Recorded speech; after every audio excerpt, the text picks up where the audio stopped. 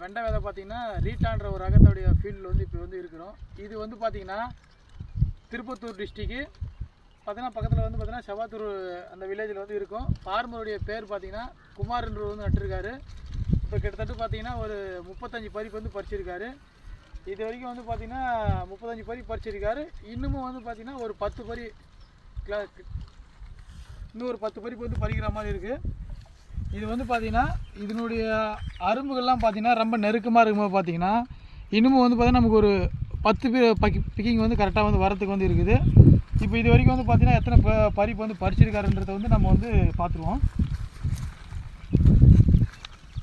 1 2 3 4 5 6 7 8 9 10 11 12 13 14 15 16 17 18 19 20 21 22 23 24 25 பறிப்பு இந்த செடியை வந்து பறிச்சிருக்காரு.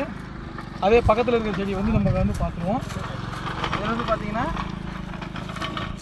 1 2 3 4 5 6 7 8 9 10 11 12 13 14 15 16 17 18 19 20 21 22 23 24 25 26 27 28 29 30 31 இன்னும் பார்த்தீங்கன்னா உங்களுக்கு வந்து பார்த்திங்கன்னா ஆல்மோஸ்ட் வந்து நமக்கு வந்து இன்னும் ஒரு 10 பறிப்பு வந்து வரும்.